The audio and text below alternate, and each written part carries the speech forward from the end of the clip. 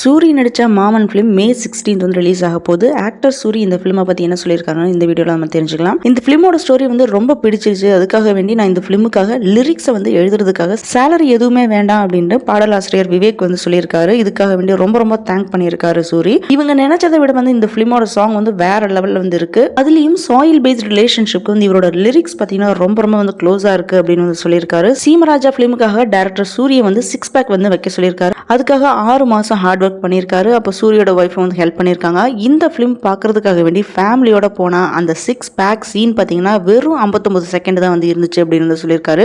கொஞ்சம் டிசப்பாயின்மெண்ட் இருந்தாலுமே அதுதான் வந்து சூரிக்கு இந்த அளவுக்கு வந்து க்ரோ ஆகிறதுக்கு ரொம்ப ரொம்ப கான்ஃபிடென்ட்டாக வந்து இருந்திருக்கு. அன்னைக்கு அந்த மாதிரி ஒரு சான்ஸ் வந்து கொடுக்கலனா இப்போ சூரிக்கு ஒரு மேலே வந்து நம்பிக்கை இருந்திருக்காது அப்படின்னு வந்து சொல்லியிருக்காரு. நிறைய விஷயம் வந்து ஃபேமிலியில இருந்தா வந்து லேர்ன் பண்ணியிருக்காரு சூரி. டைரக்டர் பிரசாந்த் சூரியை மீட் பண்ணி 2 ஸ்டோரியை வந்து சொல்லியிருக்காரு. ரெண்டுமே வந்து நல்லா இருந்திருக்கு. இருந்தாலுமே ப்ரொடியூசர் குமார் வந்து உங்கள்கிட்ட இருக்கிற ஸ்டோரியை வந்து சொல்லுங்க அப்படின்னு வந்து சொல்லியிருக்காரு. ஸோ ஃபர்ஸ்ட் ஸ்டோரியை வந்து சொல்றதுக்கு சூரி வந்து தயங்கி இருக்காரு. அதுக்கப்புறம் தான் அந்த ஃபிலிமோட ஸ்டோரியை வந்து அவர்கிட்ட வந்து சொல்லியிருக்காரு.